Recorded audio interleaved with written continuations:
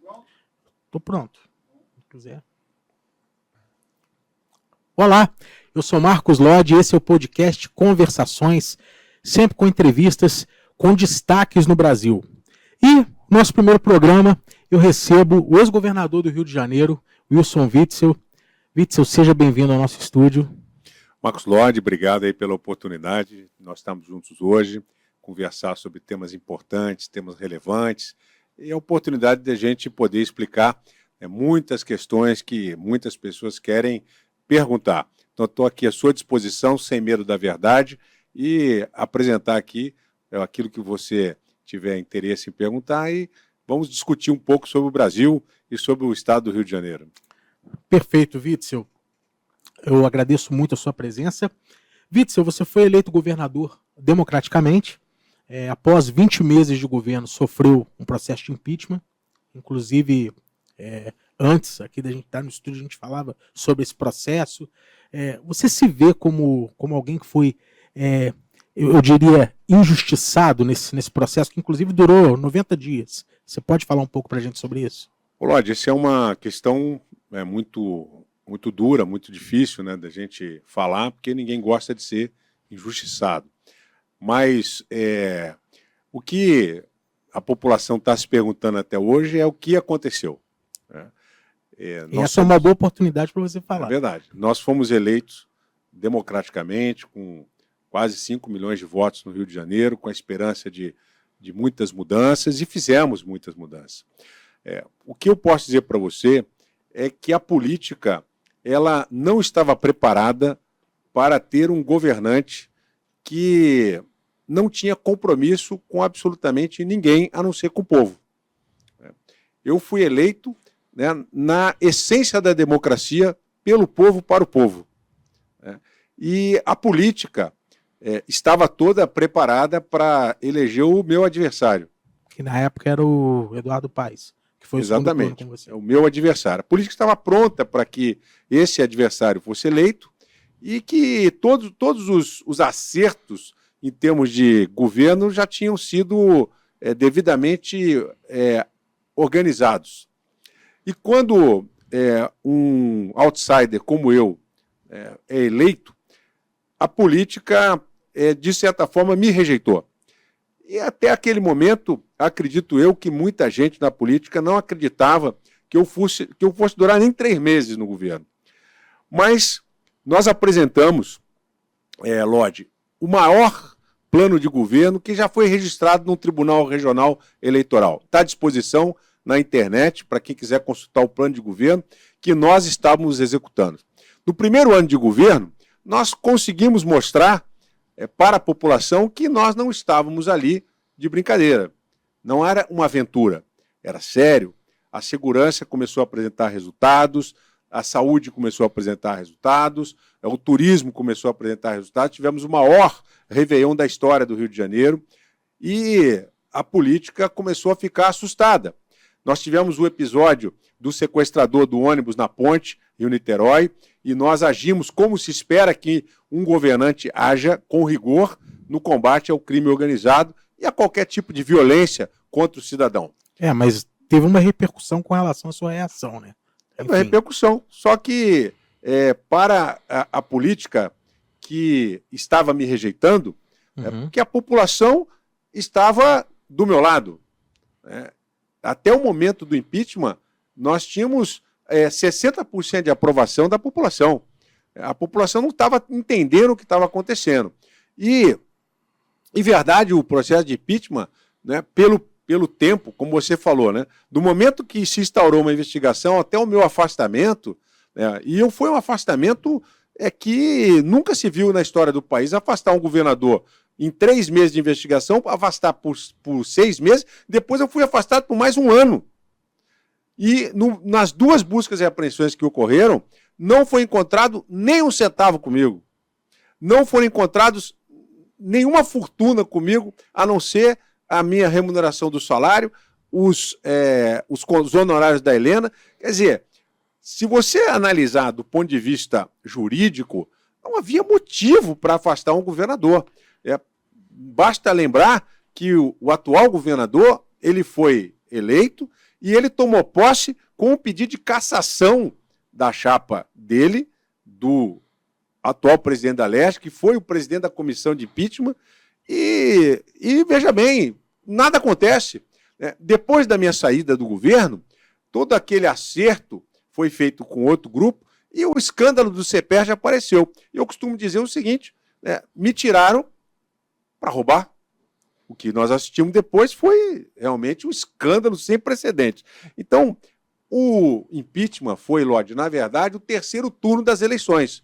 A política que perdeu para o povo que ganhou. Agora, nesse caso, com 60% de aprovação, também naquela época muitas matérias circulavam, entrevistas, pela sua ascensão política, até como um possível postulante à presidência da República, mesmo pouco tempo de mandato como governador do Rio, já se falava no seu nome. Você acha que isso interferiu, transformando um processo jurídico em político? Não, nunca foi jurídico. O processo contra mim nunca foi jurídico. O processo contra mim foi sempre político. E nós vamos aprofundar um pouco nessa questão, né, do descrédito que hoje a população vê até em relação ao judiciário. E depois eu vou passar uma matéria aí do Carlos Alberto Sardenberg, que saiu agora dia 3 de maio, falando, fazendo uma crítica sobre a questão que hoje nós estamos enfrentando. Mas, antes de chegar lá, Lorde, é importante, né, falar essa questão que você está mencionando, né, porque nunca foi jurídico, sempre foi político, né? E durante a pandemia, né, é bom esclarecer que as minhas contas foram aprovadas pelo Tribunal de Contas. Os mesmos deputados que votaram no meu impeachment aprovaram as minhas contas porque não tinha o que fazer, né? Não houve desvios na saúde, não houve nos hospitais de campanha nenhum superfaturamento e, simplesmente, num processo de 90 dias, não tivemos a menor condição de mostrar que isso tudo não era verdade. Então, retirou-se um governador eleito democraticamente, me impediram, né, de participar da eleição em 2022, com o resultado do impeachment, eu fiquei em possibilidade de disputar a eleição, até 2026 eu estou em possibilidade de disputar a eleição, embora nós estejamos ainda recorrendo ao Superior Tribunal de Justiça, mas retirou-se da população a oportunidade de ter um governante eleito democraticamente por ela, com projetos consistentes e que estavam dando certo.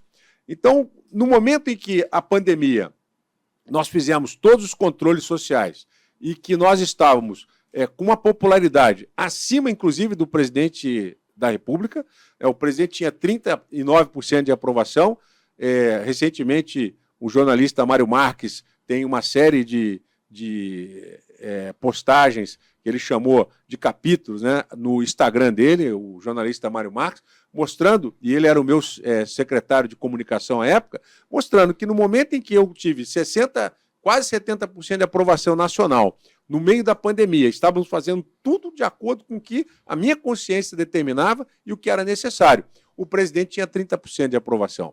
Então, ali, realmente, a máquina bolsonarista se voltou contra mim.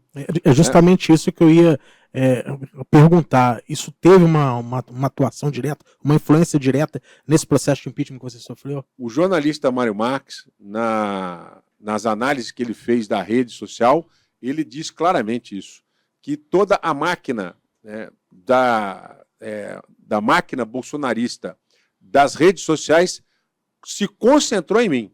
Do Brasil inteiro se concentrar em mim. Isso porque você seria uma suposta, entre aspas, ameaça ao próprio Bolsonaro numa eleição futura. Seria isso? Exatamente. Ele mirou no inimigo errado. Porque eu havia dito pessoalmente ao Bolsonaro que eu nunca disputaria uma eleição contra ele. Você chegou a colocar isso pro Bolsonaro? Eu falei para ele, sempre disse a ele, falei, Bolsonaro, nós estamos do mesmo lado. Embora, diga-se de passagem, eu sempre o alertei do comportamento durante a pandemia. Um comportamento negacionista não seria adequado e me pareceu que foi um dos causadores da derrota dele na eleição. E os problemas que ele vai ter no Tribunal Penal Internacional. né? Então, você chegou a dar alertas ao Bolsonaro com relação a essa questão da pandemia, esse comportamento negacionista, sem aquele papo dúvida, de gripezinha, resfriadinho, que a gente sabe que, infelizmente, não é verdade. A gente não, sabe que a pandemia, ela existiu. não cheguei a falar com ele, eu não cheguei a falar com ele, pessoalmente, a partir do momento que ele me acusou nas redes sociais e fez uma live me acusando de perseguir a ele e a família dele, o que não é verdade, né? A partir daquele momento não houve uma relação pessoal.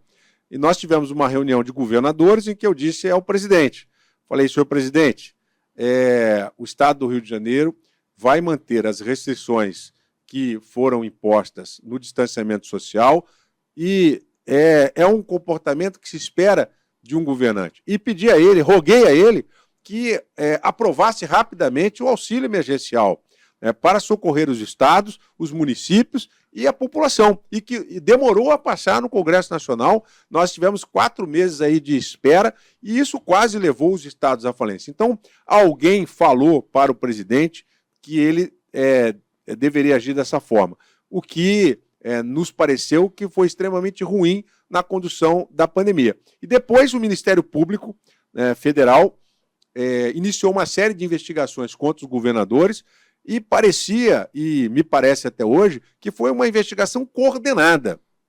E o alvo principal dessa investigação fui eu. Eu fui o primeiro governador que foi investigado e não se encontrou absolutamente nada. Então, Lorde, o que está acontecendo hoje? Todas essas investigações do Ministério Público, a grande maioria das investigações, inclusive na Lava Jato, estão sendo anuladas. Sim, eu ia falar sobre isso. E isso coloca em risco a democracia brasileira. Quando se pensa que a democracia brasileira está sendo colocada em risco por um comportamento negacionista do presidente, quando se imagina que a democracia está sendo colocada em risco porque o presidente dava sinais de querer dar um golpe de Estado. Agora, quando nós olhamos a democracia e observamos que dentre os 3 poderes você tem um poder que está sobressaindo em relação ao outro, isso também é muito ruim. E o que está acontecendo hoje é que o judiciário tem um protagonismo, né, que não é adequado no regime democrático. O que eu quero dizer com isso? No meu caso, por exemplo, eu fui afastado em 90 dias por 6 meses, o que propiciou que a oposição e quem mais quisesse se juntasse e facilmente pudesse fazer o meu impeachment. Eu não tive praticamente direito de defesa e de organização do meu Estado, do meu governo, para poder impedir o impeachment, conversando com os deputados. Eu estava afastado, eu não podia nem entrar no Palácio Guanabara. Você não podia entrar no Palácio? Não podia falar com meus assessores. Quer dizer, foi uma medida tomada de forma absolutamente draconiana, né?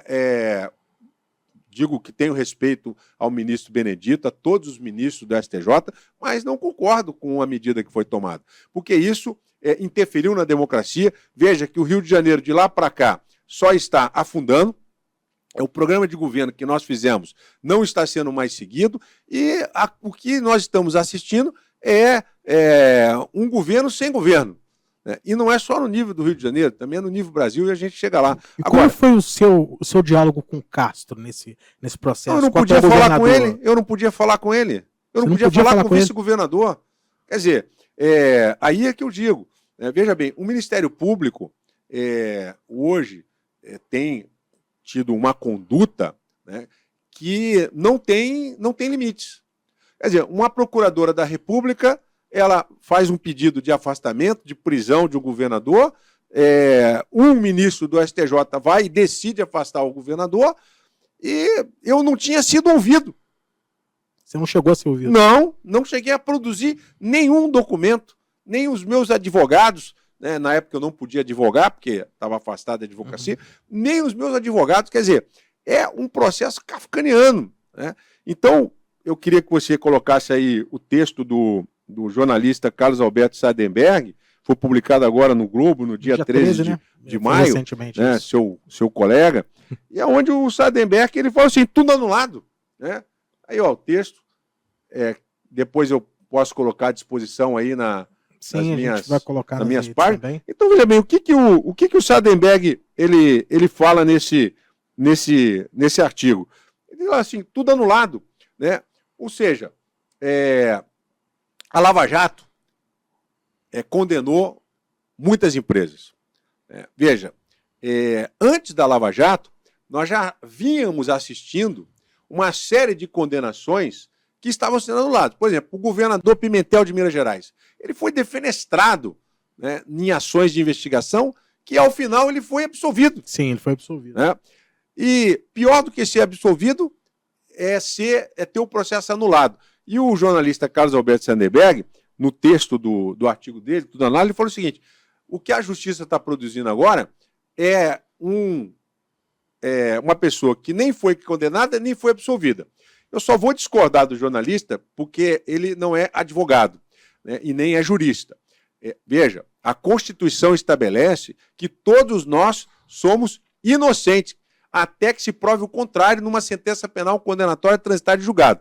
E quando se faz hoje essas investigações, a população passa a imagem para a população que o sujeito já roubou, já matou. Ele já entra condenado antes de começar. Ele já está condenado na investigação. Né? E o que está acontecendo? Como esses processos estão sendo feitos de uma forma atabalhoada, né? As investigações estão sendo feitas para a imprensa e muitas vezes para perseguições políticas, o resultado são anulações, sentenças eivadas de vício e decisões que padecem de investigação mais aprofundada. Provas que são obtidas de forma ilícita. Então, o caso mais emblemático recentemente é do ex-governador Sérgio Cabral. O ex-governador se declarou culpado, ele devolveu, a princípio, quase 400 milhões de reais, e ainda foi no meu governo essa devolução. Uma parte ficou com a prefeitura, uma parte ficou com o estado do Rio de Janeiro. Ele teve a casa lá de Mangaratiba leiloada e todos os processos dele agora estão sendo anulados. O Gedel Vieira Lima teve lá 50 milhões apreendido em espécie, foi condenado a 14 anos e agora o processo foi anulado. E o caso mais emblemático, né? O presidente Lula foi condenado e teve as ações penais anuladas. Então, quando o ministro Flávio Dino fala o presidente Lula é inocente, ele não está errado, ele está certo. Ele é inocente porque a sentença penal condenatória não tem valor. Então, quando a população começa a discutir, né, se a decisão anulada deveria ou não deveria ser anulada, e fica esse sentimento de injustiça, isso é muito ruim. Você acha que a justiça cai em descrédito? Agora, não é a justiça apenas, é o Ministério Público. Né? O Rio Grande do Sul, por exemplo, eu tenho essa avaliação, existe no Rio Grande do Sul um conselho na Procuradoria de Justiça que não se denuncia um prefeito sem antes passar por um conselho de avaliação. Né? Você não pode tirar um prefeito, coloca o prefeito, aí o juiz afasta o prefeito, o tribunal devolve o prefeito e lá na frente você anula. Se numa prefeitura isso já causa um impacto significativo, quando você fala de uma prefeitura de 50 mil habitantes, que quer que seja, quando você fala de um estado que tem 18 milhões de habitantes, quando você fala de uma nação que tem 200 milhões de habitantes, né, você vê o presidente Collor foi afastado, todos os processos dele foram anulados e agora se ressuscitou mais um processo dele para ser julgado no Supremo. Quer dizer, isso é uma insegurança jurídica e isso se reflete não só na vida interna do país, mas reflete fora do país. Qual é o empresário, qual é o fundo internacional que vai colocar bilhões no Brasil com essa insegurança jurídica? Né? Então, essa questão da justiça, realmente, eu tenho aqui alguns casos que eu anotei, por exemplo, o ex-governador Pimentel, que a família dele acabou. Ele teve a família dele dizimada, digamos assim, moralmente, para depois ser absolvido. O presidente Michel Temer foi preso, né, no momento que ele estava na rua e o processo foi anulado. Né? O caso do Sérgio Cabral, o caso do Gedel Vieira Lima, né, o caso do presidente Lula, e hoje a Lava Jato está sendo desmontada. Qual é a sua opinião sobre a Operação Lava Jato? Qual que é a sua visão sobre a operação, os possíveis erros, acertos da Lava Jato? Qual é a sua visão nesse sentido? A ideia é boa. A ideia é boa. Tanto que eu criei aqui no Rio de Janeiro 5 varas especializadas no combate à lavagem de dinheiro ao crime organizado. Hoje tem 3 funcionando. Estão funcionando muito bem. O grande problema desse modelo da Lava Jato foi o estrelismo que acabou despontando e, com todo respeito ao meu colega Sérgio Moro, ao Marcelo Bretas, e não é um problema deles, é um problema conceitual. Na Itália, por exemplo, e eu sempre defendi essa ideia do juiz sem rosto. Na Colômbia, o juiz sem rosto. Porque nesses casos de grande repercussão, o professor Boaventura de Souza Santos, que é um pesquisador português, já falava, isso está na minha tese de doutorado, sobre o protagonismo dos tribunais do século XXI, especificamente na área criminal. E ele dizia o seguinte, professor Boaventura de Souza Santos, será que o Poder Judiciário vai conseguir se manter isento e imparcial quando começar a julgar políticos? Essa era a pergunta do professor Boaventura Souza Santos, numa pesquisa que ele fez em Portugal, sobre o protagonismo dos tribunais no século XXI, e eu usei parte dessa pesquisa na minha tese de doutorado, que fala sobre a judicialização da política. Então, a ideia da Lava Jato é boa. O problema da Lava Jato e do Ministério Público é dar poderes demais para um procurador e um juiz. E agora no Congresso Nacional, no Supremo Tribunal, vai se julgar o juiz de garantias, que é o que existe na França, que é o que existe na Espanha. É necessário que nós tenhamos a imparcialidade do juiz preservada. E quando você fala em imparcialidade, nós estamos falando de um juiz que ninguém sabe quem é, a não ser exatamente quem está lá no processo. O que nós precisamos é que o judiciário ele volte a ser um poder judiciário em que ninguém sabe o nome do juiz.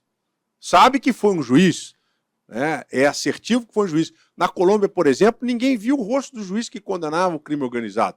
Na Itália, assim também foi. Agora, você sabe que foi um juiz que decidiu aquela questão. Então, esse protagonismo do poder judiciário, ele não é bom para a democracia. Isso é uma falha da democracia e nós precisamos que os 3 poderes eles estejam em harmonia, como diz a Constituição. Mas naquela época que você, inclusive, venceu as eleições, a gente tinha um protagonismo do judiciário, muitos juízes, enfim.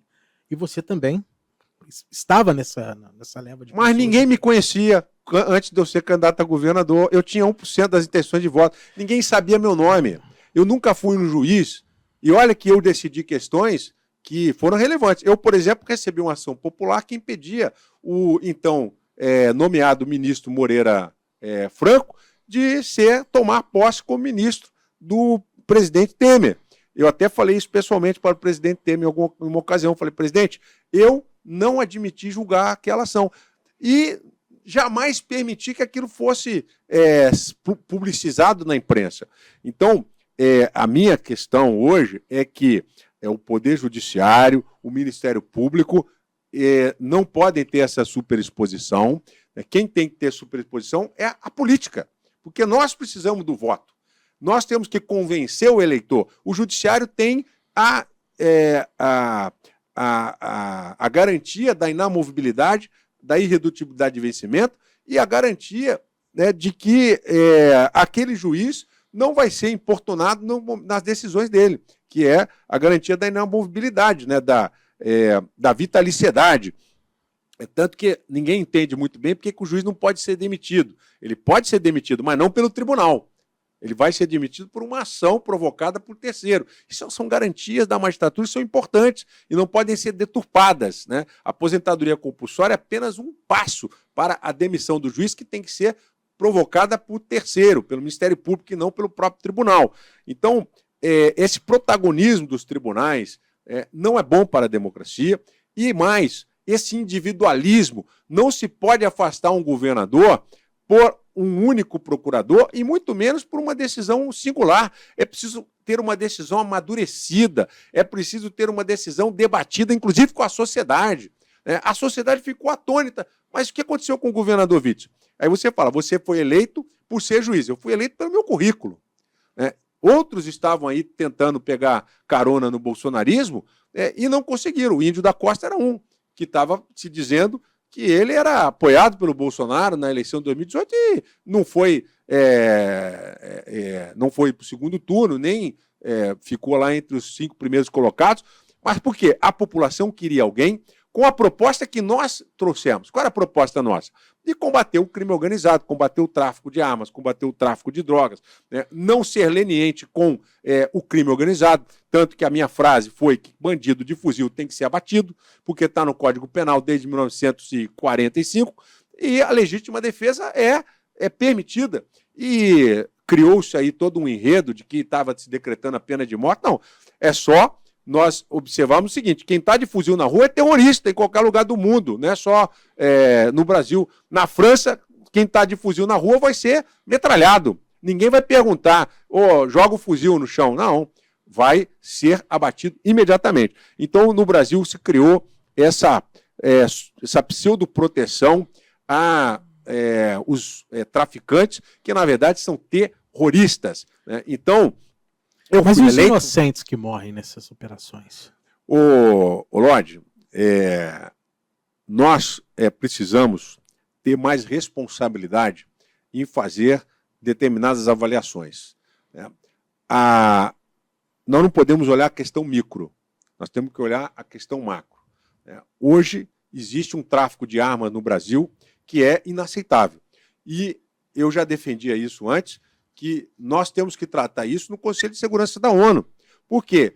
O armamento que entra aqui não é fabricado no Brasil, é fabricado na Inglaterra, é fabricado na Alemanha, é fabricado nos Estados Unidos, tem um monte de coach aqui dentro. Então nós precisamos sentar com as empresas de armas internacionais e conversar com elas para que nós possamos ter registro desse armamento, porque ele vem aqui para cá de alguma forma, né? E nós também temos que fazer o nosso dever de casa, né? O que eu defendo, Lorde, nós fazemos uma mudança constitucional, já falei isso com os juízes federais, com os procuradores da República com quem eu tenho relacionamento, e essa é uma ideia que é defendida pela classe. A Constituição precisa definitivamente dizer o seguinte: qualquer fuzil que não é fabricado no Brasil, qualquer droga que é apreendida, né, e numa quantidade razoável, independente se você identificou da onde ela veio ou não, mas essa organização criminosa, porque não se produz cocaína no Brasil, e muito menos maconha, ela vem da onde? De outros lugares. Sabemos que a Colômbia, a Bolívia, Peru, Paraguai são grandes produtores de entorpecentes. Então, esta rota da droga vem para o Brasil para ser exportada e para consumo interno. E nós temos uma fronteira que é um queijo suíço. Então, nós temos que fazer o dever de casa. Primeiro, acabar com essa divisão da competência. A Justiça Estadual, ela julga os crimes de tráfico de arma, não, ela julga os crimes de porte ilegal de arma, só que a arma que é produzida lá nos Estados Unidos, na Alemanha, que entra no Brasil, ela foi traficada.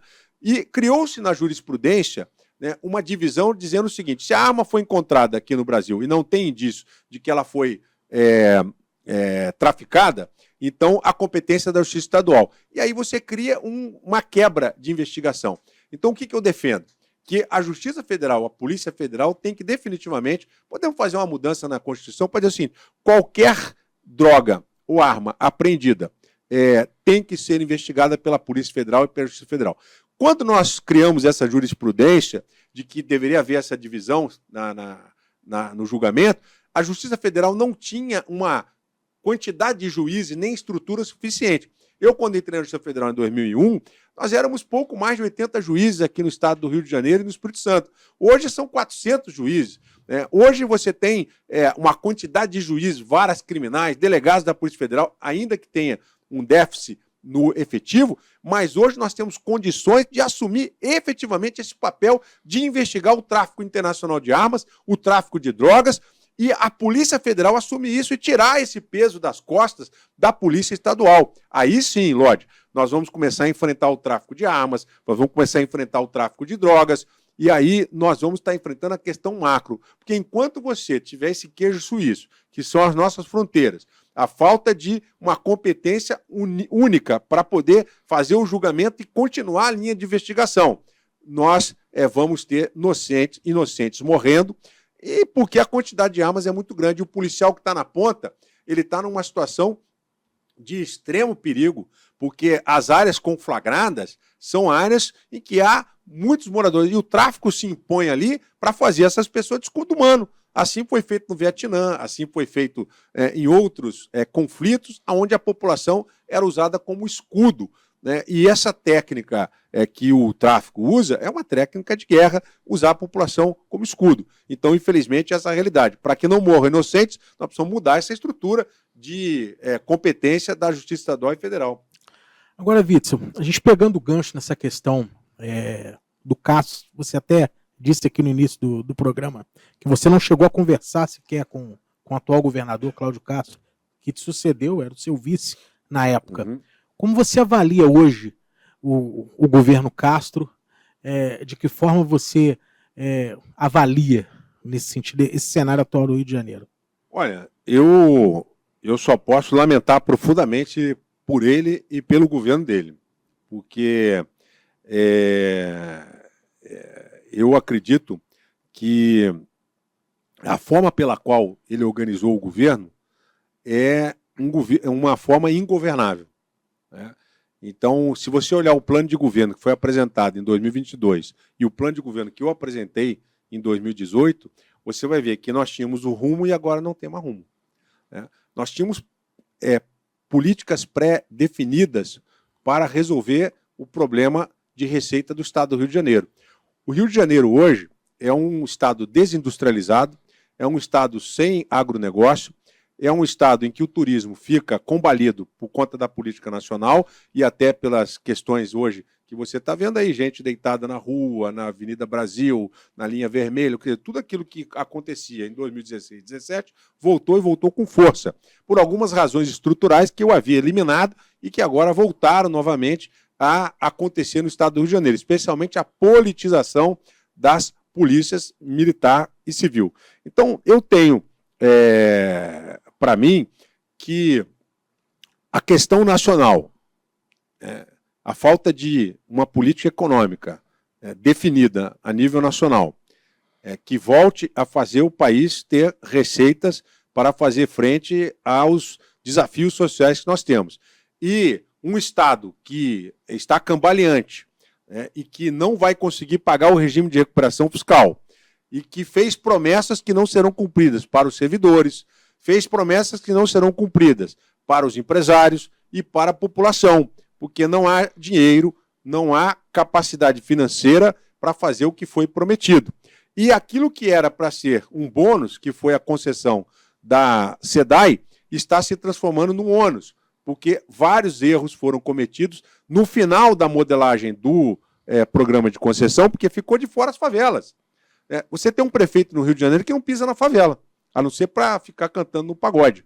Então, o que nós temos hoje é um problema grave de receita que atinge todos os municípios, que atinge o Estado, e o governo federal, que voltou a ter uma política estatizante, e eu acredito que, como o Lula disse recentemente, né, que o que estão fazendo com a Eletrobras é uma sacanagem, palavras dele, né, SIC, a visão do governo federal vai prejudicar ainda mais o estado do Rio de Janeiro e todos os demais estados.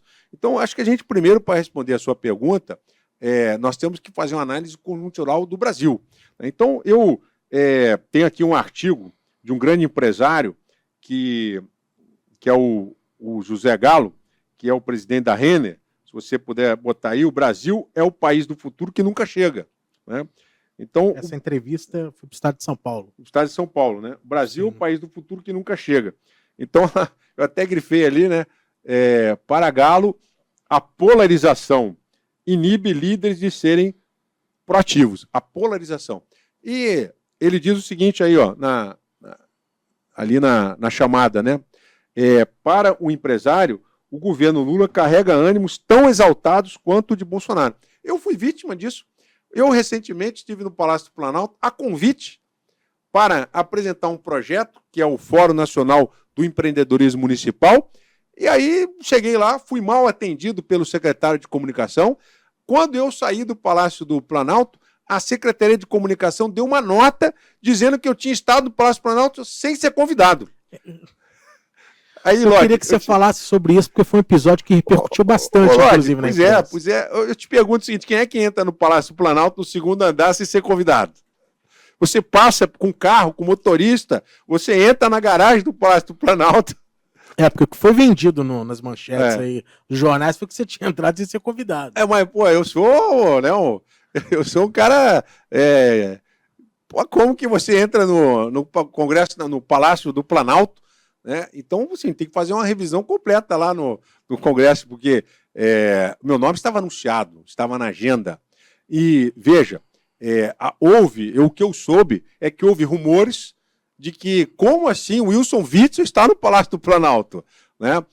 Há um receio de que em 2026 eu seja candidato a não sei que cargo aí que estão imaginando e que eu possa atrapalhar os planos de alguém. Eu não estou nem pensando em candidatura, eu estou pensando em fazer o melhor para o Brasil. E eu tenho um projeto importante que ajuda os municípios a fazerem as suas parcerias público-privadas e concessões, como foi da cidade, que foi um sucesso. Nós temos um problema seríssimo de resíduos sólidos, de esgoto, né? No Rio de Janeiro, você viu aí, né, o esgoto a céu aberto, né? O problema da geosmina e todos os problemas que traz a falta de tratamento de esgoto e de resíduos sólidos. Então, eu fui levar uma proposta e fui defender. Então, quando ele fala, né, o presidente da Renner, que ele não está conseguindo diálogo, isso é muito complicado. E ele diz o seguinte, né? Ele notou que a forma mais contundente de conquistar as pessoas era através do medo e do ódio. O que está acontecendo? Semelhante ao que está acontecendo em outros lugares do mundo, né? Hoje esse antagonismo faz com que a população ela fique discutindo questões que são, de certa forma, irrelevantes para os graves problemas que nós temos pela frente. Nós temos um problema no Brasil gravíssimo de desenvolvimento econômico que não vai se resolver discutindo o que está se discutindo no Congresso Nacional hoje. Um monte de CPI, né, a reforma tributária empacada e do jeito que está, no meu sentir, não está sendo discutida com a sociedade, tanto que esse é um exemplo de que os empresários não estão sendo ouvidos. Considera que os empresários têm pouca voz ativa, ou seja, o PIB brasileiro, ele não está sendo ouvido. E eu tenho uma outra reportagem aí, que eu queria também falar sobre a questão do desenvolvimento econômico. Veja bem, aqui é a iniciativa de reerguer a indústria naval revela que o PT nada aprendeu. Vamos lá. Bom, essa é uma reportagem também, depois a gente coloca essa outra. Falta de crescimento decorre de escolhas erradas. Então, esse é um exemplo, eu peço que você depois coloque essas reportagens à disposição do seu público. Sim. Aqui é importante o seguinte, essa fala da Cláudia, que é economista do Valor Econômico, ela diz o seguinte, eu grifei ali, ficou meio apagada, nós estamos presos na armadilha da péssima distribuição de renda. Todo o crescimento do Brasil, ele é pensado com subsídios. E nós vamos falar depois aqui dessa iniciativa de reerguer a indústria naval. Todo se pensa em desenvolvimento, fala assim, como é que eu vou desenvolver o Brasil? Eu vou estimular a demanda. Qual é o plano econômico do governo? Você sabe do governo federal? Você sabe, Lorde? Qual é o plano do governo? Você já conseguiu entender qual é o plano deles? Plano econômico? Ainda não. Não, mas ninguém entendeu. E o que ela está falando aí, a Cláudia, né, na falha do crescimento, decorre das escolhas erradas, é que, além de nós não termos um plano econômico, né, o Brasil está hoje em busca, né, de um caminho. Até porque, Vitor, a gente tem que fazer uma observação que é pertinente aqui. Quando você disse que a gente consegue mensurar o plano econômico atual, a gente precisa entender também que nós estamos saindo de um governo que, além de extremamente mal avaliado, que foi o governo anterior, havia uma miscelânea com relação à questão econômica. Também não tinha rumo. Em tudo, né? Também não tinha rumo nenhum, tanto na saúde quanto na economia. Então, assim, esse é um governo, a gente vai entrar nesse ponto, mas esse é um governo de reconstrução sobre todos os aspectos, né? Ou você acha que não? Assim, qual é a sua visão nesse sentido? Olha só, eu fui eleito e a política se assustou comigo. Mas eu, em 20 meses de governo, eu resolvi o problema econômico do Rio de Janeiro. O Rio de Janeiro, em 2022, apresentou um orçamento no azul. E eu peguei um orçamento com déficit de quase 20 bilhões de reais, 27 bilhões de reais. Então, o que foi que eu fiz que mudou a história do Rio de Janeiro? Bom, primeiro, eu acabei com a roubalheira. O Rio de Janeiro era assaltado todos os anos porque as licitações não tinham transparência. E eu implantei o Sistema Eletrônico de Informações, que é um sistema que dá transparência às licitações e hoje ninguém pode tirar e colocar papel na licitação porque tudo transparente. Então, o grande problema do Rio de Janeiro era a corrupção e a falta de rumo. Nós demos rumo. Quais foram as políticas públicas que eu incentivei? Fui duro na segurança pública, comecei a estimular o agronegócio no Rio de Janeiro, começando pelos pequenos produtores. Nunca tiveram financiamento os pequenos produtores, eu coloquei financiamento para os pequenos produtores e comecei a fazer uma investigação para a produção do agronegócio macro. Identificamos 500 hectares para plantar soja e milho no estado do Rio de Janeiro e comecei a fazer um estudo para implantar 5 abatedores. E, por fim, sem me alongar demais, o investimento no turismo. Eu me comprometi em colocar 100 milhões de reais no turismo. Um certo secretário de turismo, depois que eu fui afastado, pegou 50 milhões e comprou placa. Né? Então, não vou nem entrar nessa questão, porque o turismo não se cresce dessa forma, participando das feiras internacionais, fazendo promoção nas empresas aéreas, etc. Então, veja, nós já tínhamos um plano para o crescimento do PIB para 10 e 20 anos, que é de acordo com o regime de recuperação fiscal. E eu tinha esperança de fazer outras privatizações para que as coisas funcionem, as coisas andem. O Porto do Rio de Janeiro, por exemplo, é um porto que está completamente inutilizado, né? O Porto do Rio de Janeiro. Hoje você não tem calado de atracação no Porto do Rio de Janeiro. E quando eu fui levar o presidente Bolsonaro, na época, para privatizar o Porto do Rio de Janeiro, ele disse não. Ele disse não? Ele disse não, aí eu não entendi. Eu falei, mas nós não somos liberais? Se nós precisamos privatizar porque a companhia Docas é aparelhada, então eu não estou entendendo mais nada. Né? Aí não, a gente tem que fazer mais Brasil, menos Brasília, ajudar os municípios. Mas, ministro Guedes, município não tem estrutura para nada. Né? Os municípios de 50, 60, 70 mil habitantes, os procuradores não têm capacidade para fazer, não têm estrutura. Para levar dinheiro para os municípios, para poder fazer um projeto liberal, é preciso dar estrutura aos municípios. E, enfim, nós ficamos aí no compasso de espera, veio a pandemia, e depois da pandemia, o resultado das eleições. E agora vem o PT com um discurso reestatizante, e eu fico na dúvida, porque até poderia ser um discurso que tem validade. Tem um livro muito interessante do professor da Universidade de Oxford, que diz o seguinte, chutando a própria escada. Esse professor é um professor chinês, que ele diz o seguinte, que as pessoas, quando leem o livro dele, dizem assim, não, mas esse cara ele é de esquerda, e outros leem e falam assim, não, ele é de direita. Na verdade, esse livro, ele mostra como os países desenvolvidos chegaram ao desenvolvimento, e agora pregam contra as suas próprias práticas para que os países que estão em desenvolvimento não cheguem ao desenvolvimento. É a guerra comercial, então nós não podemos cair nessa armadilha. Agora, o uso do Estado para desenvolvimento econômico é fundamental. O que não pode é voltar a fazer o aparelhamento. Aí eu peço para colocar aí, Fábio, a iniciativa de reerguer a indústria naval revela que o PT nada aprendeu. Você já viu isso daqui? Saiu recentemente aqui no jornal. Depois de vários fracassos, Petrobras é mais uma vez usada para sustentar a construção de navios do Brasil. Então, veja bem, aí o articulista aqui nesse jornal, ele diz o seguinte, como é que nós vamos competir com os tigres asiáticos na indústria naval? Não tem como competir, lógico. O que vai fazer aí?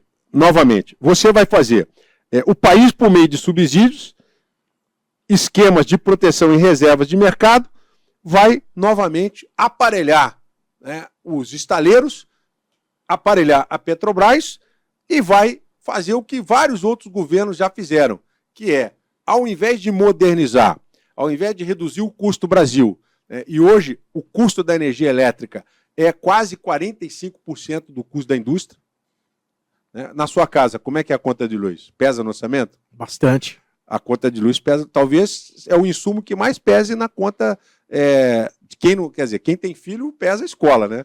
Lá em casa né? A escola pesa bastante, mas a conta de luz é pesadíssima. Digo para você que conta de luz hoje, nas empresas, é 45%.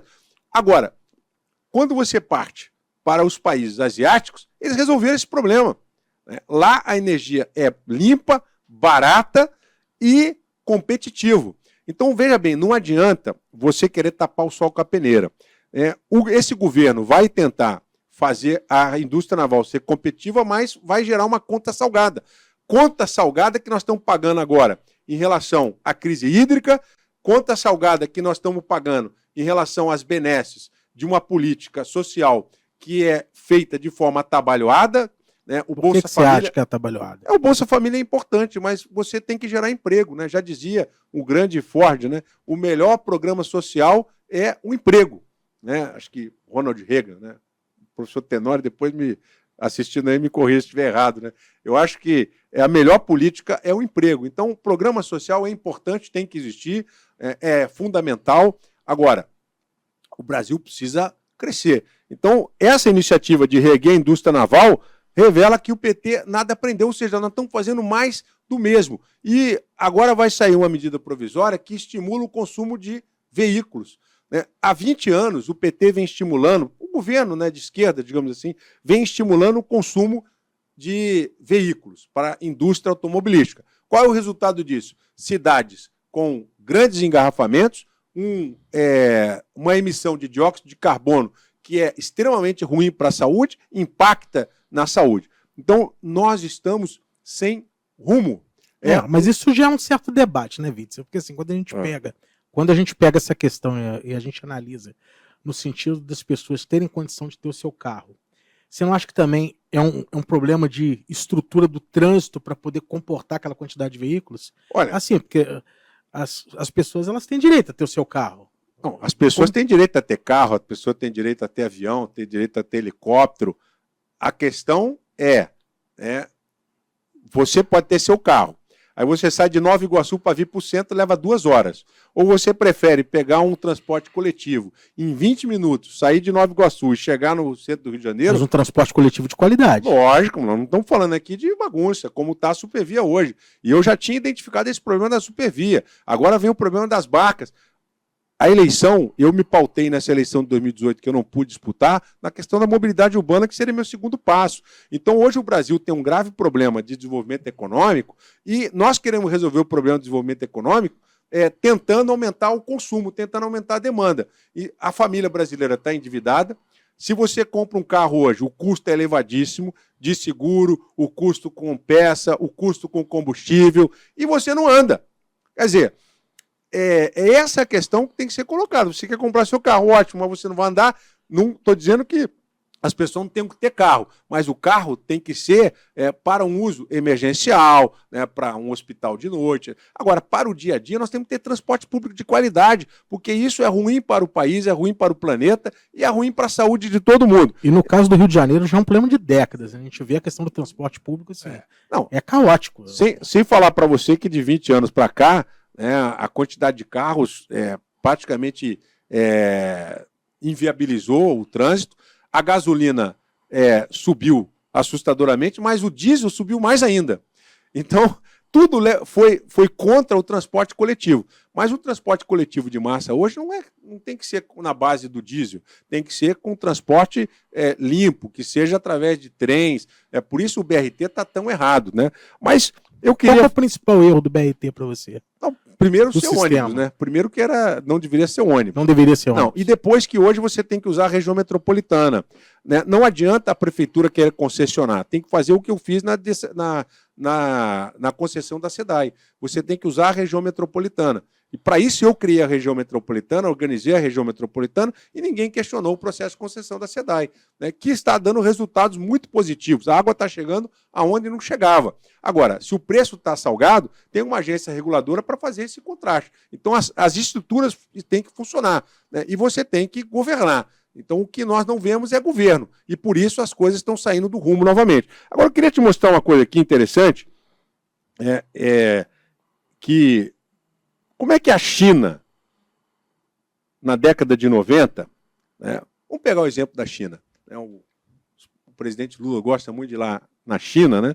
Ele devia perguntar, vem cá, como é que vocês passaram a gente? Né? Então, a China, aqui em 9 gráficos... As reformas econômicas a gente tem. Ó, veja bem, 40 anos. Não foi em 40 dias. Não foi em 4 anos. Começou-se. E aqui precisa começar. Só que ainda não começou. Né? A China, ao fazer as mudanças na economia e uma gradual abertura para o resto do mundo, conseguiu tirar centenas de milhões de pessoas, são 700 milhões de pessoas. Olha só, 3 Brasis a China tirou da pobreza em 40 anos. E veja bem, nós estamos à beira de um colapso energético no Brasil. Eu não estou dizendo, não estou fazendo aqui, né, apologia, né, da catástrofe, mas não sou eu que estou dizendo. Eu vou botar no final aí um artigo que mostra que nós estamos à beira do colapso na questão energética. Então, como é que a China conseguiu? Vamos lá, primeiro gráfico aí, ó. Número 1. Vamos lá, sobe aí para a gente ver o primeiro gráfico. Ó. Olha só. Entre 1978 e 2018, o PIB da China saiu de 150 bilhões e o PIB brasileiro em 1978 era maior do que o da China. Lembrando que o Brasil tinha pouco mais de 100 milhões de habitantes e a China tinha 1 bilhão e 400 milhões.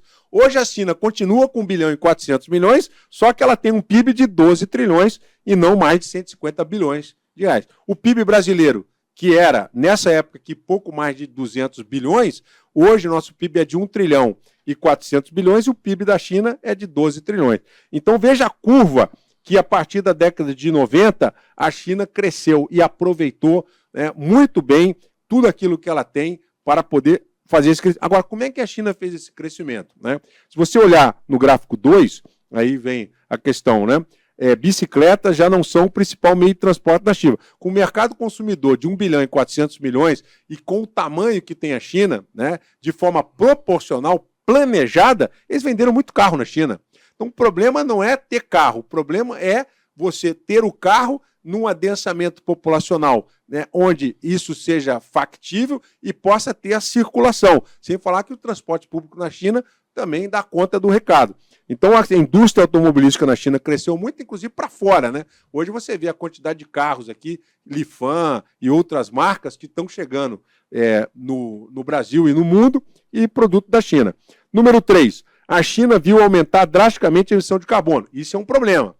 Hoje você tem um problema grave na China, então nós não podemos correr esse risco. Nós temos que crescer com uma energia limpa. E essa é uma das questões que eu vou defender e vou falar para você o que eu penso sobre isso.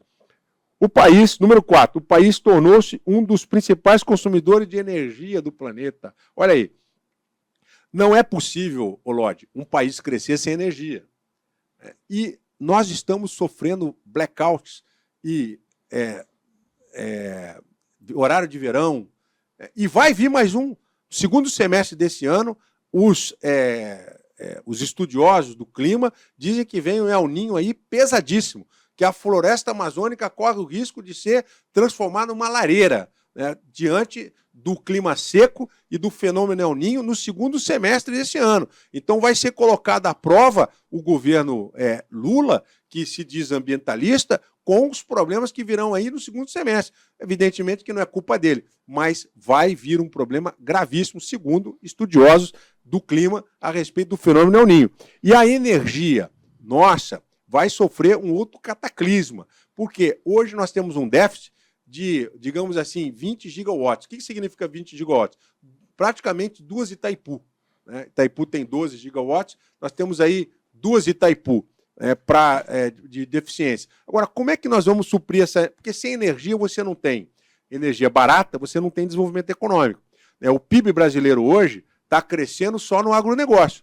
Nos últimos 30 anos, Mato Grosso, Pará, Piauí, são países, Goiás, própria Minas Gerais já passou o Rio de Janeiro em PIB.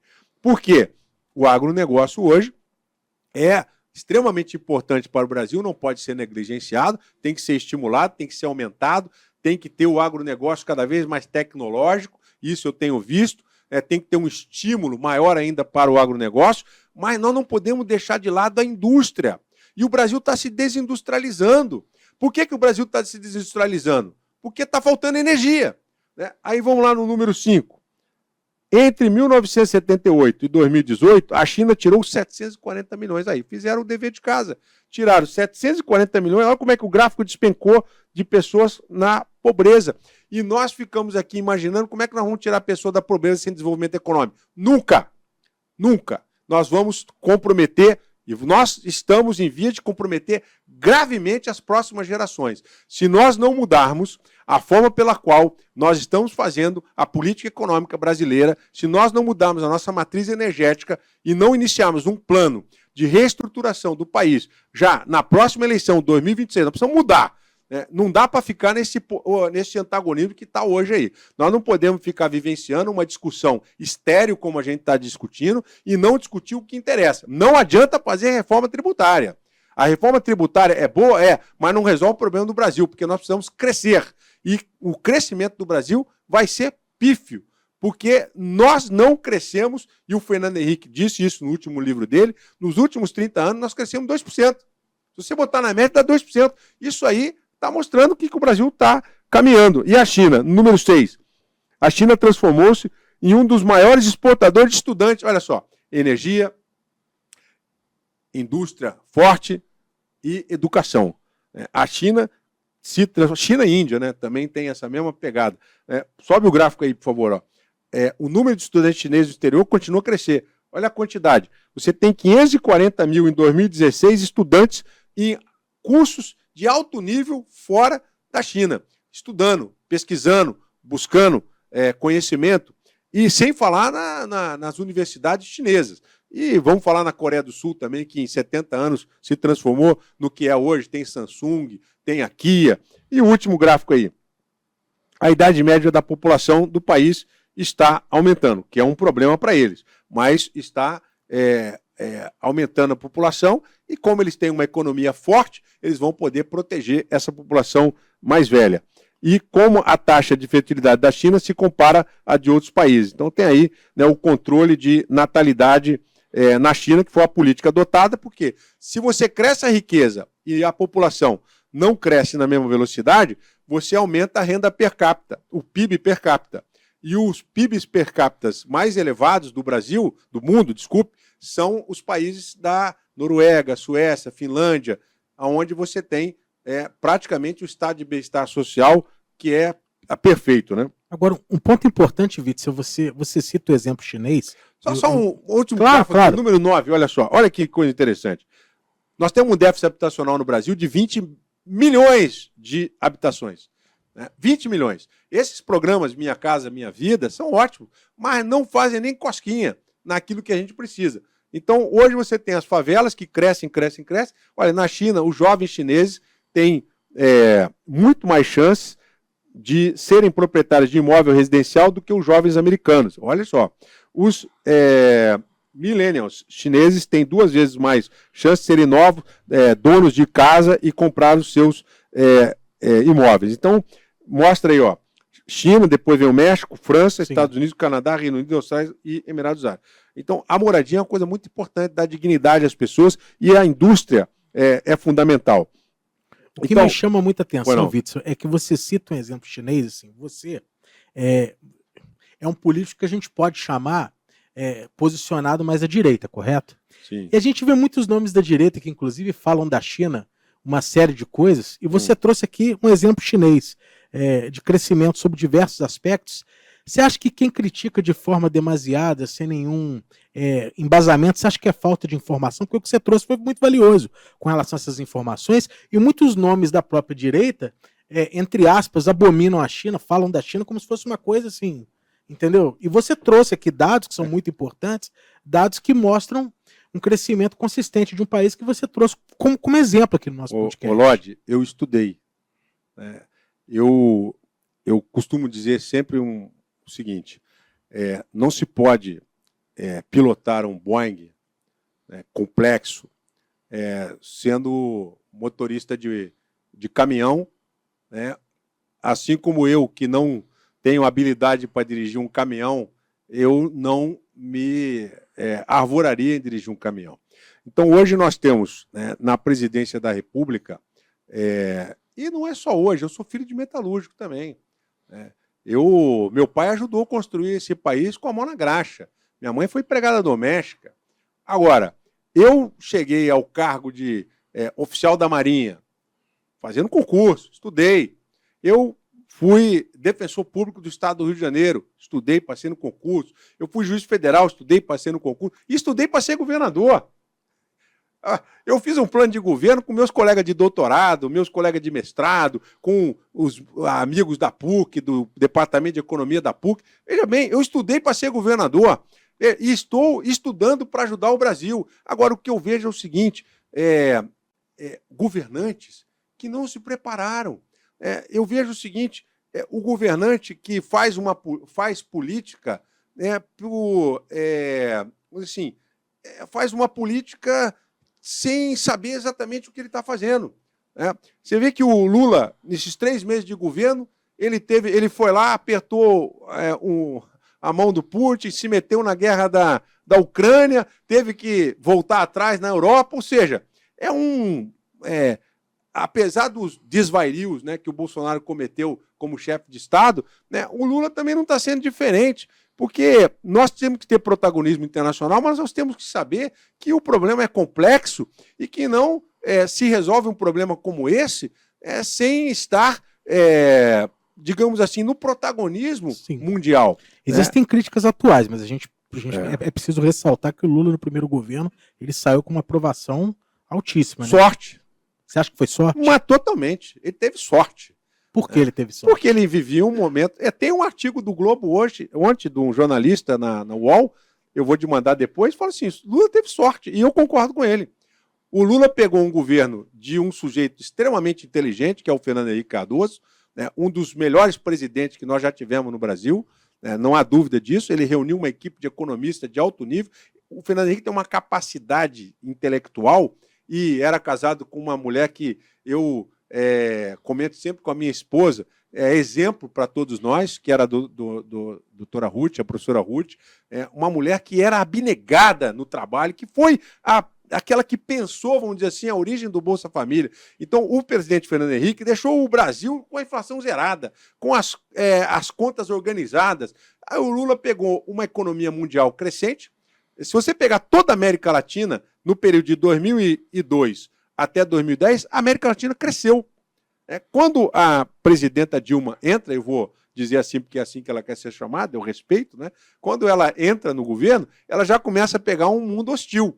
E aí, quando chega em 2016, ela naufraga totalmente, porque a economia foi lá embaixo, e aí aproveitaram e tiraram ela, né? Porque eu entendo que foi realmente uma decisão política, mas foi uma decisão política de tirar uma presidente que não estava agradando. E aí entrou um outro presidente que fez reformas importantes que ela não estava conseguindo fazer e conseguiu elevar um pouquinho o crescimento. Mas também foi um momento que o mundo cresceu. Mas esses 8 anos do Lula, no sorte. Caso, esses 8 anos, 87, mais de 80% de aprovação, sorte. Mas o mundo crescia, o Brasil tinha um PIB crescendo pelo agronegócio, o dinheiro estava entrando, fizeram a farra do dinheiro, né, com o ProUni, que foi um programa muito importante, mas um programa que foi feito de forma atabalhoada, né? As universidades criaram programas que depois geraram desemprego, cresceu o número de diplomas de universitário, mas sem qualidade. Fizeram depois o programa do financiamento, né, o FIES. Hoje o FIES tem uma dívida imensa, porque as pessoas não conseguiram pagar, porque, veja bem, não adianta você encher o Brasil de diploma, né, se você não tiver um programa estruturado de desenvolvimento econômico, como fez a Coreia do Sul. A Coreia do Sul falou, seremos um país tecnológico. Estimulou a engenharia, estimulou a computação, estimulou o ensino do inglês, estimulou o ensino da matemática, e hoje você tem Samsung, você tem Kia, você tem alta tecnologia nos países asiáticos. Por quê? Eles criaram uma política educacional que tinha por base o desenvolvimento econômico e prepararam o país para isso. Em 60 anos, hoje a Coreia do Sul é uma potência, você olha do outro lado, é uma sombra, né? E o que acontece no Brasil é que nós estamos assistindo, vamos dizer, de Fernando Henrique para cá, né, uma política econômica sem rumo. Nós vimos políticas educacionais populistas, populistas. É o populismo que não contribuem para o desenvolvimento econômico. Porque se nós tivéssemos tido uma política eficiente, nós não teríamos aqui discutindo agora a crise energética, nós não estaríamos discutindo a importância do Bolsa Família para garantir eleições. E aqui no Rio de Janeiro você viu o que aconteceu. Pô. O Rio de Janeiro foi uma eleição onde existe uma investigação séria a respeito do uso indevido de verba pública para cabos eleitorais. E não foi pouco dinheiro, não. Foram 600 milhões de reais. Então, o Lodi, o que acontece é que o Lula, naquele momento, ele teve um governo que foi exitoso, porque a oportunidade, naquele momento, foi o mundo está em crescimento. Agora, neste momento que nós estamos vivendo uma crise, não está tendo o mesmo efeito, porque agora ele precisa tomar decisões que ele não está preparado para tomar. Ele precisa tomar decisões que eles não pensaram como é que eles vão fazer. Eles estão completamente perdidos. Lançaram novamente esse programa de PPPs aí para os municípios, que não vai dar resultado em absolutamente nada, porque nós não temos estrutura nos municípios, nós não temos energia para fazer a reindustrialização do país. Olha, a Alemanha é a maior exportadora de café sem ter um pé de café na Alemanha.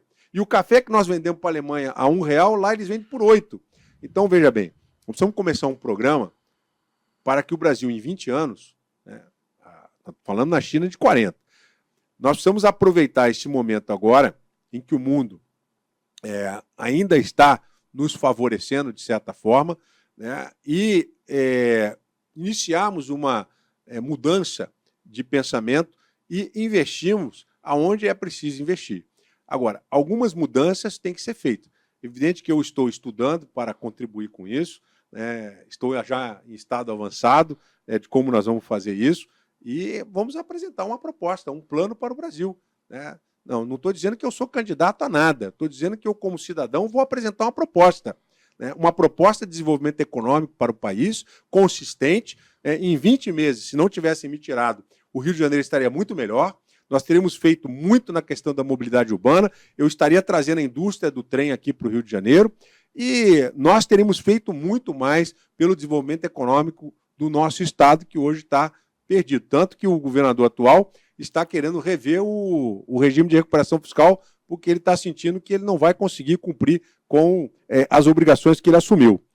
Então, assim... Agora, dentro desse processo, Vitor, ou seja, se a gente pegar, a gente está falando sobre essa questão de polarização, a gente está falando sobre essa questão sua mesmo, você ficou 20 meses ali no mandato, sofreu um processo de impeachment. Onde nós vamos parar dessa forma? Porque além da polarização, se um governo começar, tiver uma boa aprovação, como você bem disse aqui no início do podcast, disse, olha, eu tinha 60% de aprovação. Muita gente, grande parte da população não entendia o que estava acontecendo. Uhum. Isso são palavras suas. Você tinha 60% de aprovação. E aí eles vão, surge ali um processo de impeachment e retira você do cargo. Onde nós vamos parar a nível de Brasil com alguém que inicie o governo? Porque isso aconteceu com você, isso pode acontecer com outro governador, com o presidente da República, com todo mundo. Onde nós vamos parar? Não acredito que vá acontecer com outro, não. Eu fui muito disruptivo. Eu sou um pouco diferente do Sérgio Moro e até, de certa forma, do Flávio Dino. Né? Eu tenho muito mais coincidências com o Flávio Dino do que com o Sérgio Moro.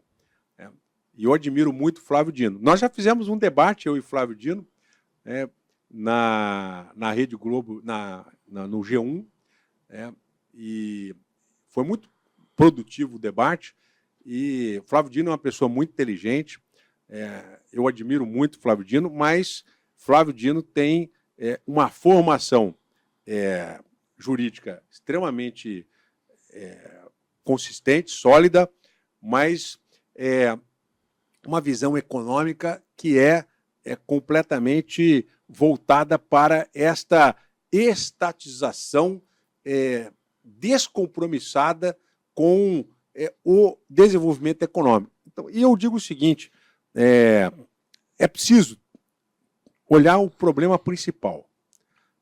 Se você perguntar para qualquer político, e durante as eleições presidenciais, eu não vi esse debate. Todo mundo queria falar da fome, queria falar dos programas sociais, são fundamentais, mas nós não podemos viver subsidiando o desenvolvimento econômico, né? E a minha diferença que eu vejo para esses colegas é que eu estou vendo algo que ninguém está vendo, de novo, né? E a proposta que eu vou levar é uma proposta consistente. Mas por que como é que você acha que você vai conseguir, né? Vamos imaginar, por hipótese, né? Não sou candidato, né? Mas vamos imaginar, por hipótese, que eu seja candidato a presidente e seja eleito. É evidente que daqui até lá é preciso fazer uma base ideológica, né? E nós estamos construindo um pensamento ideológico. O que eu estou fazendo aqui hoje? Construindo um pensamento ideológico, mas não é uma ideologia antagonista, é uma ideologia racional, né? O Brasil precisa de algumas premissas para que ele possa resolver o problema das próximas gerações. Nós não podemos mais comprometer as próximas gerações. Nós temos 20 anos para não comprometer, digamos assim, os próximos 200. E o que é preciso fazer? Eu queria mostrar aí para você uma última aqui reportagem que muito bem sinaliza essa situação que nós estamos vivenciando. Crise hídrica pesa na conta e TCU tenta mediar a solução. Veja bem, finalzinho do artigo ele coloca assim: o nosso sistema foi pensado há 20 anos. Daqui a 5, 10 anos, esse sistema vai ser inviável.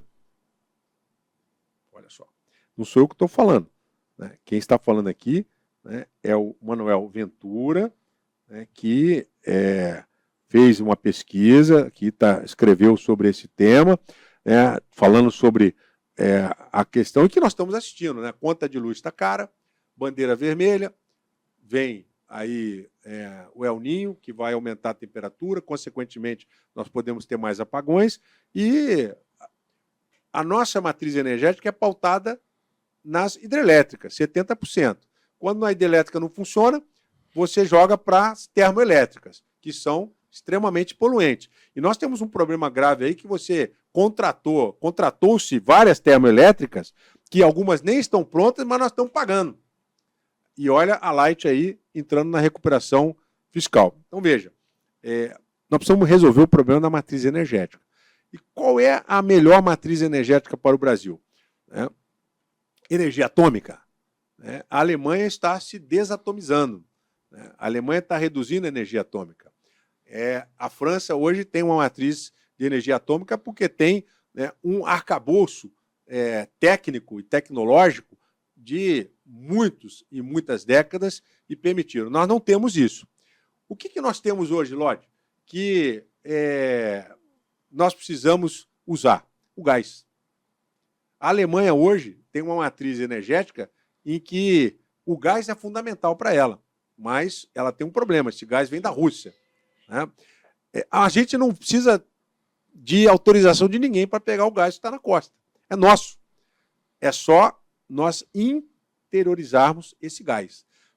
E os Estados Unidos hoje tem 1 milhão de metros, 1 milhão de quilômetros de gasoduto. O Brasil tem 9 mil quilômetros. Com 9 mil quilômetros de gasoduto, é evidente que o nosso país está deficitário. Nosso país precisa de energia limpa, energia boa. E, enquanto isso, o presidente Lula está tentando resolver o problema da Argentina, fazendo o gasoduto com o xisto, que é extremamente poluente, e os ambientalistas estão aí gritando. Enquanto nós poderíamos fazer um gasoduto para a China, para a Argentina. É só pegar o nosso gás e mandar para a Argentina. É só pegar o nosso gás e mandar para o Rio Grande do Sul, mandar para Paraná, para Santa Catarina. Veja, nós temos uma costa de 8 mil quilômetros. Então, esta é uma visão que ninguém está tendo. Agora, só um adendo, Vitor, com relação a esses estudos, a tudo que você está passando. Vamos dizer que você seja candidato, vamos supor que você seja candidato em 2026, você vença as eleições. Da mesma forma que em 20 meses você foi retirado do cargo naquele processo de impeachment, você não acha que isso pode acontecer de novo se você chegar na presidência da República? Mas eu não era conhecido da política.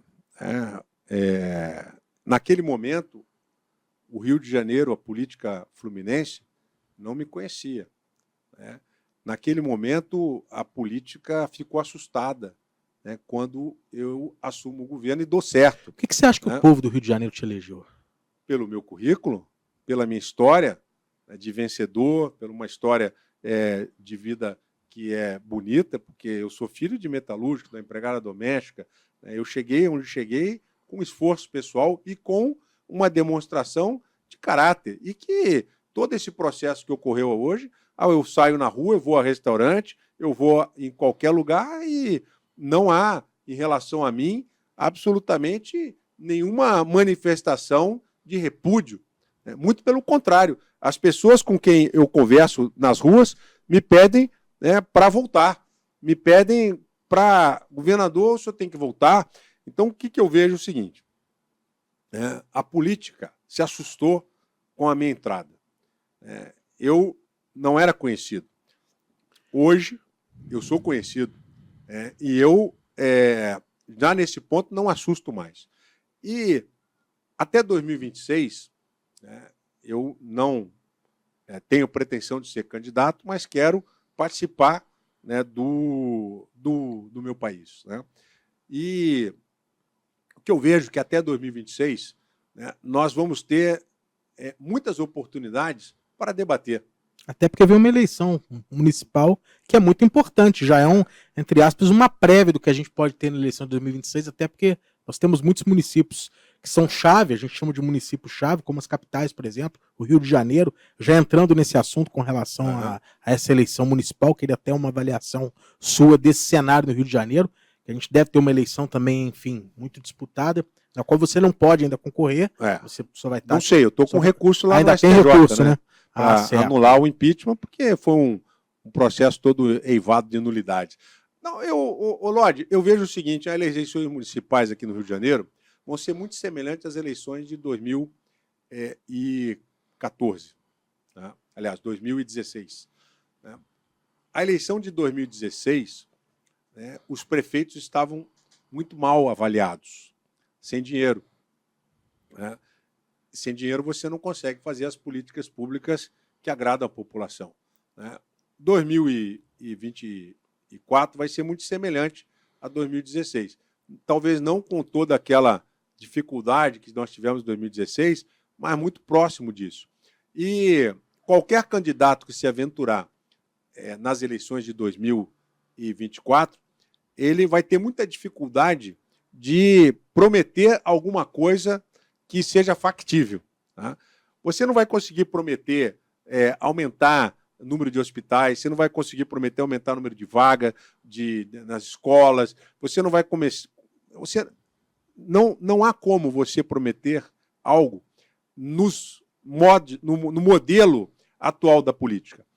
O que eu vejo é o prefeito que conseguir entender que é possível transformar a sua cidade numa cidade inteligente, através de parcerias público-privadas, e se estruturar para isso, e logo no primeiro ano de governo conseguir fazer essa mudança, e trazer a iniciativa privada com um projeto consistente em áreas fundamentais, como, por exemplo, eu falo aqui do conceito de Smart Cities.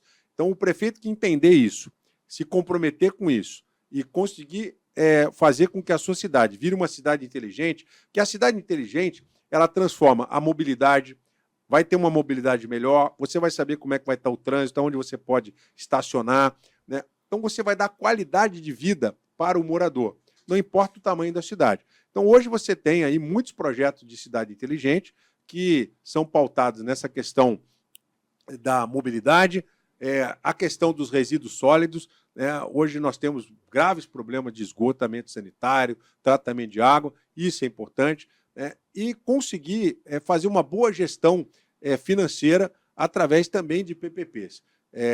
Que não é muito comum ainda, mas existem soluções para isso. Então, o prefeito que conseguir entender que a cidade dele precisa ser uma cidade inteligente, precisa ser uma cidade que seja acolhedora, que as pessoas se falem, né? Porque na medida em que você tem uma rede social hoje pujante dentro de uma cidade, você atrai mais pessoas para aquela cidade e você atrai receita. Então, esse é um ponto importante. Agora, qual que é a sua visão fugir disso. da atual prefeitura hoje? Do atual prefeito, falando da capital, falando no caso do atual prefeito, como você avalia a atual gestão do país? Eu acho que o Eduardo pegou uma prefeitura muito diferente da que ele pegou nos 2 primeiros mandatos dele, né? Ele pegou uma prefeitura. Pegou uma prefeitura sem dinheiro, não tem Olimpíada, não tem Copa do Mundo. Ele não tem mais um presidente Lula, né, para ele dizer que ele é soldado. Eu sou seu soldado, né? Porque sendo soldado ou não, para cá não vem dinheiro, né? O governo federal tem um déficit hoje de mais de 200 bilhões de reais, tem um problema gravíssimo com as emendas que têm que ser aprovadas para os deputados poderem votar os projetos. E, assim, não tem dinheiro para o Rio de Janeiro, não tem dinheiro para o Brasil inteiro, né? E esse modelo de emendas parlamentares, ele, da forma como está sendo feito, é um modelo que não permite uma governabilidade, um rumo, né? Permite a governabilidade, mas não permite o governo. Então, é uma questão que tem que ser pensada no futuro. Mas, voltando aqui à Prefeitura do Rio de Janeiro, ele pegou uma prefeitura muito difícil, né? Se não fosse a venda da SEDAI, ele talvez não tivesse dinheiro para pagar o servidor público no final do ano. A SEDAI parece que deu quase 7 bilhões para o município do Rio de Janeiro. Então, isso salvou, de certa forma, o município.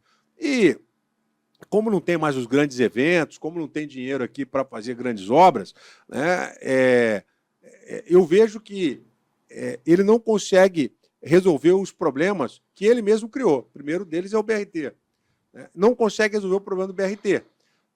O BRT hoje é caro, é ineficiente e os ajustes que foram feitos são paliativos. Daqui a pouco vai dar problema de novo, porque o ônibus custa caro, o diesel custa caro, é poluente, é uma manutenção muito custosa e o dinheiro da passagem não é suficiente. Então, a mobilidade urbana é um problema grave que vai ser um entrave muito sério. Você acha que vai ser alvo de debate, inclusive? Vai ser alvo de debate. Por exemplo, não conseguiu terminar a Avenida Brasil.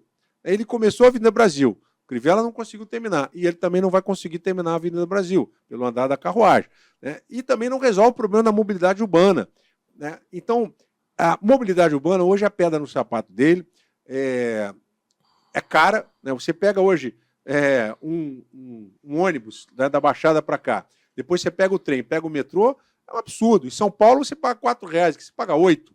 Né? Então, o custo da mobilidade urbana hoje é um grande entrave na questão de qualquer prefeito. É muito caro, né? O transporte é poluente, é caro e a população está muito chateada com relação a isso. E sem falar nas outras questões, né? Você veja, a Zona Oeste hoje é abandonada, né, por vários problemas, dentre eles a questão da iluminação pública, a falta, né, de atendimento de creche, que você não tem creche para todo mundo. Então, os problemas de um município que não tem orçamento são muito graves. Agora, também não vejo no horizonte quem se disponha a efetivamente resolver esse problema, a não ser colocar um outro pela insatisfação do prefeito atual. Né? Porque o problema hoje não é do município, não é no estado, o problema é no Brasil. Né? Hoje, o Brasil está com a sua locomotiva sem carvão. Né? E o brasileiro pagando caro o botijão de gás. Enquanto nós não tivermos um presidente que dê um rumo para o país, tornando mais barata a energia, trazendo o desenvolvimento econômico, porque sem energia não tem desenvolvimento econômico. E para você atrair o desenvolvimento econômico, você precisa de 3 fatores fundamentais. Você precisa de energia barata, você precisa dar segurança jurídica e você precisa entrar com investimentos. Aí é a diferença entre mim e muitos outros, aí até o Flávio Dino. Né? Como que você faz esse equilíbrio entre o público e o privado no investimento de infraestrutura? O Brasil hoje não tem fundo soberano. Se você quiser fazer garantia para o investidor, colocar o dinheiro dele aqui na infraestrutura, o Brasil não tem credibilidade, porque o Brasil não tem, primeiro, projeto. Não tem. Não tem, segundo, nós não temos a segurança jurídica necessária. E, em terceiro lugar, nós não temos o fundo soberano para ingressar com a participação nesse projeto. Ninguém vai fazer gasoduto no Brasil se o Brasil não entrar com a boa participação. Agora, nós vamos entrar com que dinheiro? Então, veja bem, existe solução para isso tudo, né? No momento oportuno, a gente vai falar da solução, né? Então, justamente... não adianta, prefeito nenhum vai resolver, vai ser uma eleição disputada, não tenho dúvida disso. Acho que o Eduardo Paes tem grande chance de ser reeleito prefeito do Rio de Janeiro. A eleição para governador fica completamente aberta. A Baixada Fluminense, hoje, você tem as disputas ali nas prefeituras, que é uma disputa, vamos dizer assim, de quem é o menos pior, né, hoje na Baixada Fluminense. Eu costumo dizer que, dentre os prefeitos da Baixada Fluminense, o prefeito que eu tenho vamos dizer assim, um carinho especial, que é muito inteligente, que é o prefeito Dr. João, lá de São João do Meriti. Quando eu vi uma entrevista do Dr. João, eu vi que foi o único prefeito da Baixada Fluminense que fez uma análise profunda da gestão dele.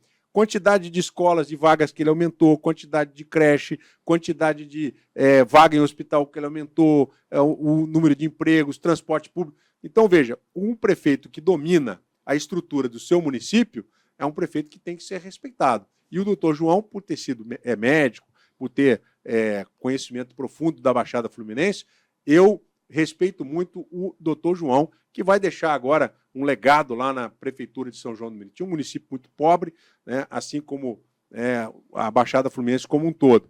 Eu vejo algumas disputas que vão acontecer inexoravelmente, né, o Dimas Gadelha com o capitão Nelson, lá em São Gonçalo, vai ser uma disputa dificílima, porque não se conseguiu avançar. São Gonçalo foi destruído economicamente com o fim do projeto lá ali do Comperj, né, e com a extinção de várias indústrias que estavam ali em São Gonçalo, inclusive a indústria naval, por conta de todos os problemas que a nossa economia vem atravessando com o custo do Brasil. Então, é uma sobrevivência nos municípios. Então, cada prefeito que for eleito, ele vai ter uma dificuldade muito grande e nós vamos estar elegendo o menos pior. E, enfim, eu acredito que nós teremos aí 2024 uma quantidade de prefeitos que vai assumir e quando chegar em 2026, esses prefeitos vão ter um desgaste muito grande, né, porque não vão cumprir o que prometeram. A população vai estar se perguntando, cadê a minha picanha? Né? Cadê a gasolina barata? Agora a Petrobras anunciou que vai tirar a paridade. Vamos ver a mágica que o Jean Paul Prats vai fazer na Petrobras. Eu estou aqui de espectador para assistir o que vai acontecer. Eu estou aqui para colaborar. Agora, né? Witzel, nosso tempo até está se esgotando, mas, Witzel, caso você consiga reverter os seus direitos políticos, duas perguntas em uma. Você almeja algo para 2024 e em 2026 você vai estar apto a disputar as eleições. Witzel hoje se vê como alguém que pode voltar e que quer voltar ao governo do Estado ou seria um projeto de governo federal? Ô Lorde, eu sou advogado, né? A minha sócia manda em mim, que é a minha esposa, a doutora Helena Witzel. Nós temos uma advocacia hoje extremamente producente. Então, eu estou muito bem como advogado, né? Eu estou muito bem como professor, palestrante, eu sou doutor em ciência política, eu sou um advogado criminalista, eu sou um advogado empreendedor, né? Eu estou num projeto do programa Bit Seguro, que ajuda os profissionais da segurança pública a conseguir seu imóvel, né, sair do aluguel. Então, eu estou muito bem na iniciativa privada, como nunca imaginei, né? Então, eu, sinceramente, como cidadão, eu desejo o melhor para o Brasil. Se eu puder colaborar, de alguma forma, com um candidato que queira ouvir as minhas ideias, para que nós possamos ajudar o Brasil de alguma forma, eu estou à disposição. Acho que vai ser um momento muito difícil a eleição de 2026. Um momento extremamente delicado, né? Não acredito que o governo atual tenha uma certa tranquilidade na eleição de 2026, né? Até pela idade do presidente Lula, né? A disputa interna que vai acontecer dentro do próprio governo. Então, semelhante àquela eleição de 1989, né? Se tinha lá uma dezena de candidatos à presidência, isso pode acontecer em 2026. Mas hoje eu estou cuidando dos meus filhos. Lá em casa, os 3 filhos vão fazer medicina, ninguém quer fazer direito. O meu filho mais velho está estudando para fazer medicina, quer ser cirurgião.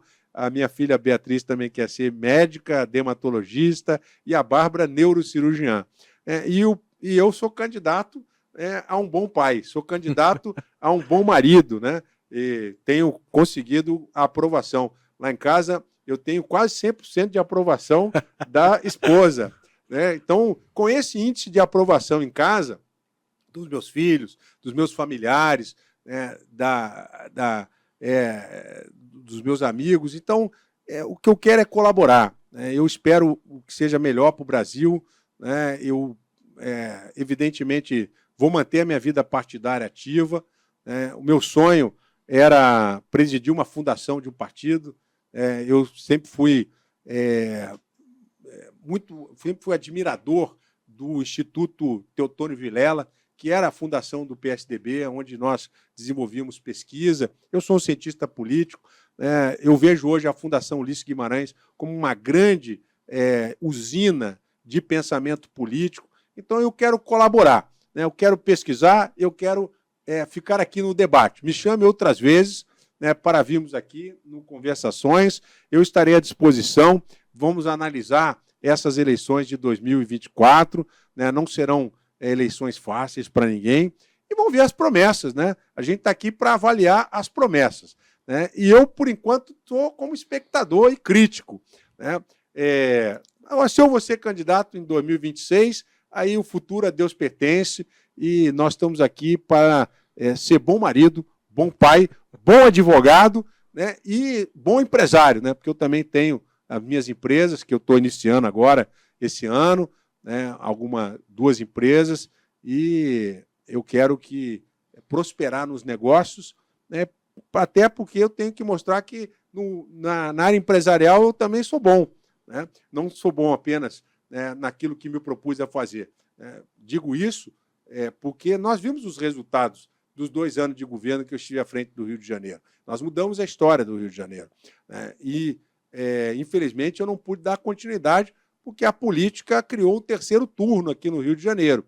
Lamentável, triste, mas são questões que precisam ser corrigidas. Então, eu espero que o Brasil encontre o seu caminho, e nós estamos aqui para colaborar, né? E 2026 o futuro a Deus pertence.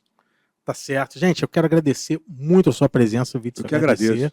Muito. E você que nos acompanhou e que vai nos acompanhar também em todas as plataformas, enfim. Eu quero agradecer muito a sua audiência e até o nosso próximo Conversações, o seu podcast que chegou para ficar. Um forte abraço, gente.